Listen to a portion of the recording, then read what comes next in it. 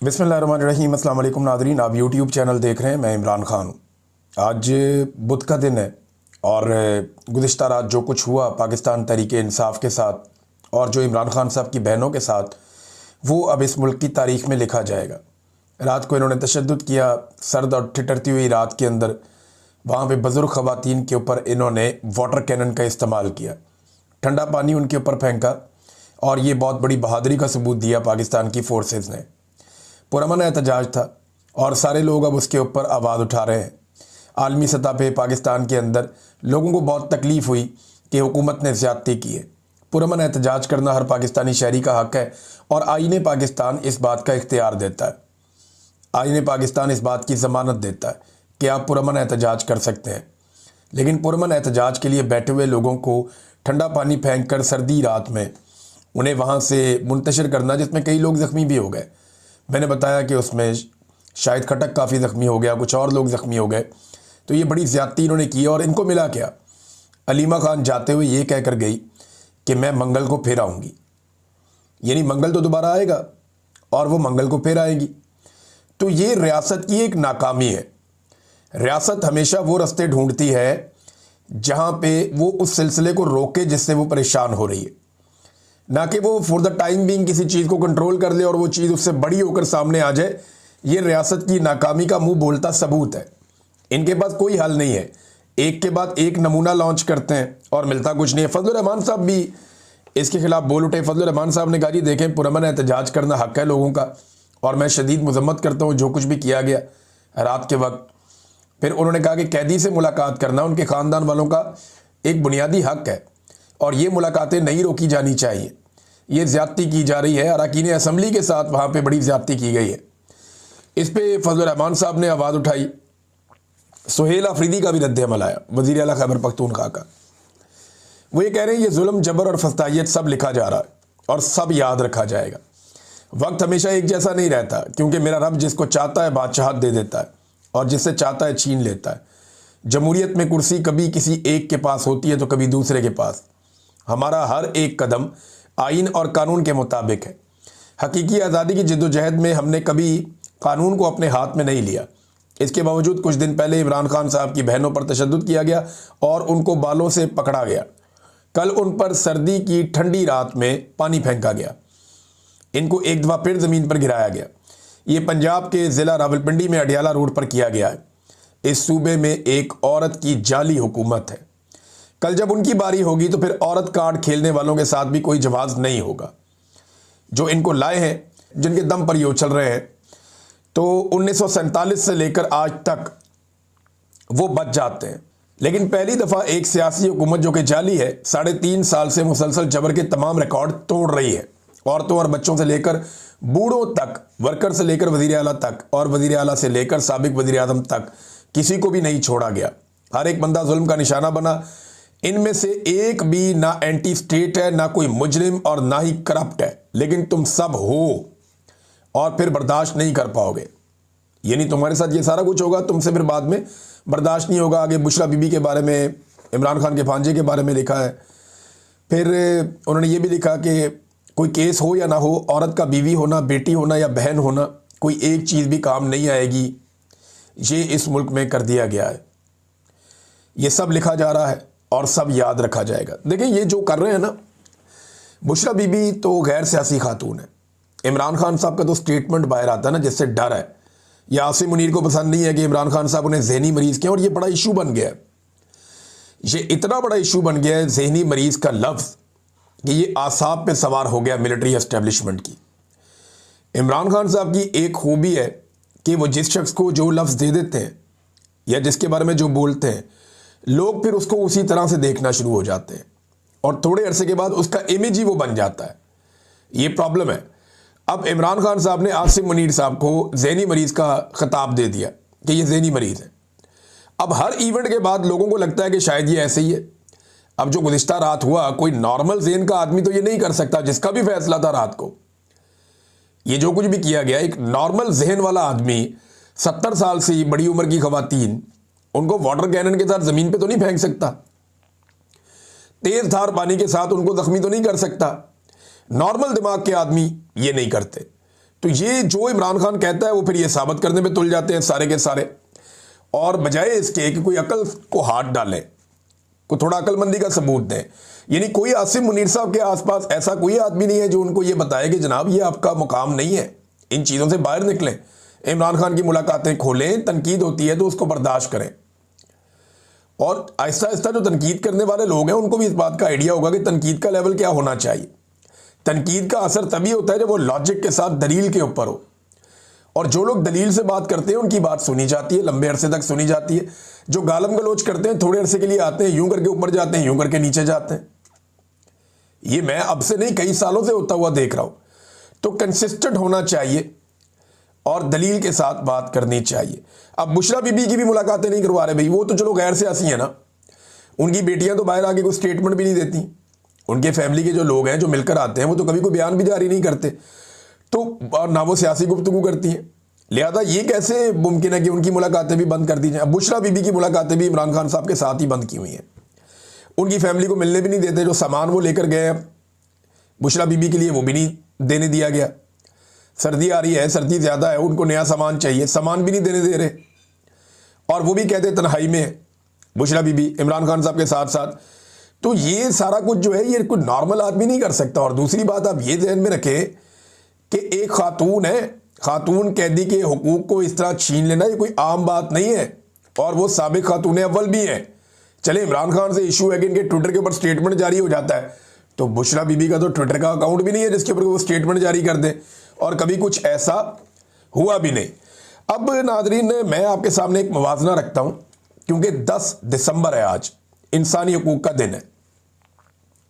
आज इंसानी हकूक का दिन है और पाकिस्तानी होने के नाते मुझे इस पर इसलिए भी बात करनी है कि पाकिस्तान दुनिया के उन चंद ममालिक में है जिनमें इंसानी हकूक की धज्जियां उड़ाई जा रही हैं।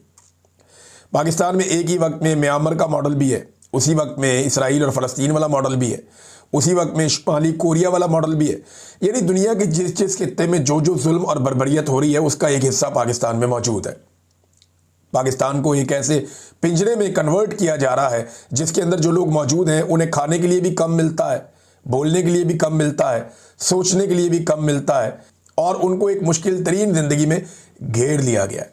जो इस पिंजरे से बाहर निकलना चाहता है उसको एयरपोर्ट पे रोक लिया जाता है और जहाज़ों से उतार दिया जाता है। हत्ता कि दुनिया के कई ममालिक को पाकिस्तान ये रिक्वेस्ट कर चुका है कि आप हमारे शहरियों को खुशामदीद ना कहें या हमारे लोगों को आप वीज़ाज ना दें। मैं कहता था ना ब्रेन ड्रेन हो रहा है, ये मानते नहीं थे। अब ये खुद ही लोगों को, मुल्कों को दरख्वास्त करें बजाय इसके कि आप दूसरे मुल्कों की जाके मिन्नतें करें। आप पाकिस्तान के हालात को बेहतर करें ताकि लोगों को एतबार आए। तो 10 दिसंबर है नाज़रीन, इंसानी हकूक का दिन है। ये दिन एक और हवाले से बड़ा इंपॉर्टेंट है। 10 दिसंबर 2000, आज से 25 साल पहले, नवाज शरीफ साहब फौजी डिक्टेटर के साथ डील करके पाकिस्तान से भाग गए थे। नवाज शरीफ ने 425 दिन की जेल काटी थी, 1 साल और 2-3 महीने, 1.25 साल की जेल काटी नवाज शरीफ साहब ने। 1.25 साल जेल काटने के बाद मियां नवाज शरीफ साहब की बस हो गई। मियां नवाज शरीफ साहब की ख़ानदान की औरतों ने बड़ा रोल प्ले किया था इसमें, और नवाज शरीफ साहब के लिए डील हासिल की फौजी डिक्टेटर से, और नवाज शरीफ साहब 10 साल का मुआहदा करके पाकिस्तान से भाग गए। एक 10 दिसंबर की रात वो थी कि रात के अंधेरे में डील फिट हो गई, ब्रीफ केस इकट्ठे हो गए, कीमती सामान जमा कर लिया गया, और रातों रात ये लोग भागे, और 10 की सुबह नवाज शरीफ साहब को पाकिस्तान से निकाल दिया गया। एक 10 दिसंबर आज से 25 साल पहले आया था, और एक 10 दिसंबर आज आया। ये वो 10 दिसंबर है भी। अब रात के अंधेरे में फिर औरतों का किरदार, नवाज शरीफ के घर की औरतों का किरदार क्या था? नवाज शरीफ के लिए डील हासिल करो, जर्नैल के साथ तरले मिन्नत करो, नवाज शरीफ को पाकिस्तान से बाहर निकालो, डील करके भाग जाओ। इमरान खान के घर की औरतों का किरदार क्या है आज 25 साल के बाद, 10 दिसंबर की रात, और वो सामना कर रही हैं ठिठरती हुई ठंड के अंदर वाटर कैनन का, ठंडे पानी का, और उनके ऊपर तशद्दुद किया जा रहा है, उन्हें ज़मीन पर फेंका जा रहा है। ये फ़र्क है नवाज शरीफ के ख़ानदान में और इमरान खान के या शौकत खानम के ख़ानदान में। रात एक जैसी है, एक तरफ डील हो रही है, एक तरफ भागा जा रहा है, दूसरी तरफ डट कर खड़े हो रहे हैं और ये कह रहे हैं कि हम अगले हफ्ते फिर आएंगे। और जेल के अंदर भी एक आदमी बब्बर शेर की तरह गरजता है, वो भी डट कर खड़ा है कि हम पीछे नहीं हटते। ये फर्क है नवाज शरीफ में और इमरान खान में, और यही फर्क इस वक्त मिलिट्री एस्टेब्लिशमेंट को अंदर से खाया जा रहा, नून लीग को अंदर से खाया जा रहा कि 860 दिन होने वाले, एक आदमी जेल के अंदर 2.25 साल से बंद है और वो टूट ही नहीं रहा। हालांकि नवाज शरीफ को बहुत ज्यादा सहूलियात थी, इमरान खान को बिल्कुल नहीं है।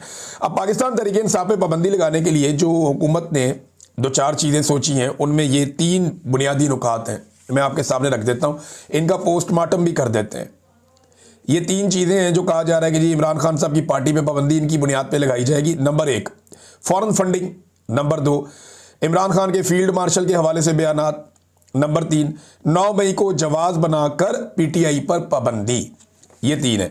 नंबर 1 तो नादरीन 9 मई को तो हो गए 2.5 साल, अब 2.5 साल से ज़्यादा हो गया। 2.5 साल के बाद आप अब बुनियाद बना के पाबंदी लगाएंगे। अव्वल तो पहले आपको 9 मई साबित करना पड़ेगा, वो आपसे नहीं हुआ, लिहाजा ये तो आप कर दें फारिग। इमरान खान के फील्ड मार्शल के हवाले से बयान, तो इसमें क्या फ़र्क पड़ता है? वो एक सरकारी मुलाजिम है, जब वो सियासत में मुदाखलत करेंगे तो इमरान खान उस मुदाखलत को पर्दाचाक करेंगे। जब वो सियासत में आकर पंगे लेंगे, और बज़ाहिर सबको नज़र आ रहा है, जब डीजीए एसपीआर 2-2 घंटे की बैठ के प्रेस कॉन्फ्रेंस करेंगे, तो फिर किस बुनियाद पे, जब आप तनकीद कर सकते हैं सियासी लीडर्स के ऊपर, जब आप सियासत के अंदर आ सकते हैं, तो सियासतदान वापस आपको जवाब क्यों नहीं दे सकते? तो इस बुनियाद के ऊपर भी इमरान खान साहब की पार्टी पे पाबंदी नहीं लग सकती। अब फॉरेन फंडिंग में मैं आपको एक चीज़ क्लियर कर दूं, मैं पहले भी बहुत दफ़ा आपको कह चुका हूं कि फॉरेन फंडिंग के मामले में ये याद रखिएगा कि पाकिस्तान तहरीक इंसाफ का जो अकाउंट्स का रिकॉर्ड है वो सबसे शफाफ है। बाकी पॉलिटिकल पार्टीज का तो बेड़ा ही गर्क है, यानी इतना फर्क है कि आप सोच भी नहीं सकते।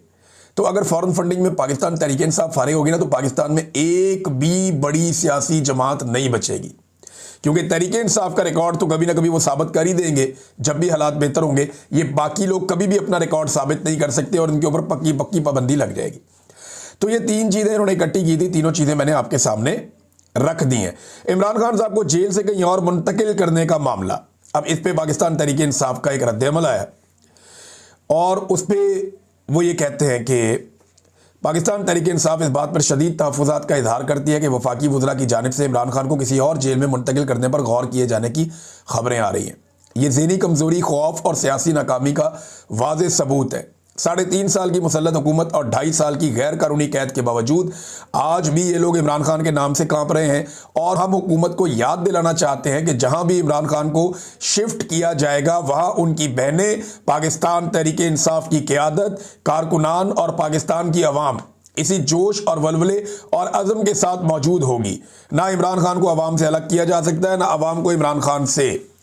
इस हकीकत से कोई इनकार नहीं कर सकता कि इमरान खान को किसी भी जेल में मुंतकिल करने की हर साजिश हुकूमत की अपनी शिकस्त और बौखलाहट की अलामत है। पाकिस्तान तहरीक इंसाफ ये वादे करती है कि इमरान खान ना माइनस हो सकते हैं और ना सियासी मैदान से निकाले जा सकते हैं, और ना ही जेल की दीवारों के पीछे उनकी गूंज कम हो सकती है। ये जनाब इमरान खान साहब का स्टेटमेंट है। इमरान खान साहब की बहनों के ऊपर जो बदतरीन तशद्दुद किया गया और जो सफाकियत की गई, उसके ऊपर भी पाकिस्तान तहरीक इंसाफ ने एक स्टेटमेंट जारी किया है।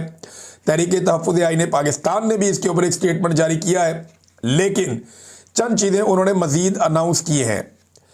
अच्छा, इसमें उन्होंने ये कहा कि अभी इन्होंने एक हंगामी इजलास बुलाया तहरीक तहफ़्फ़ुज़ आईन पाकिस्तान ने, सबको इकट्ठा करो।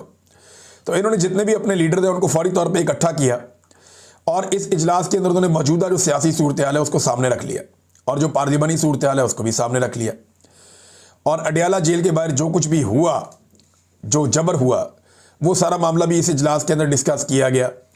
अब इसमें ना अचकज़ई साहब का एक स्टेटमेंट है जो बड़ा इंपॉर्टेंट है। गवर्नर राज के मामला भी इसमें देखे गए हैं।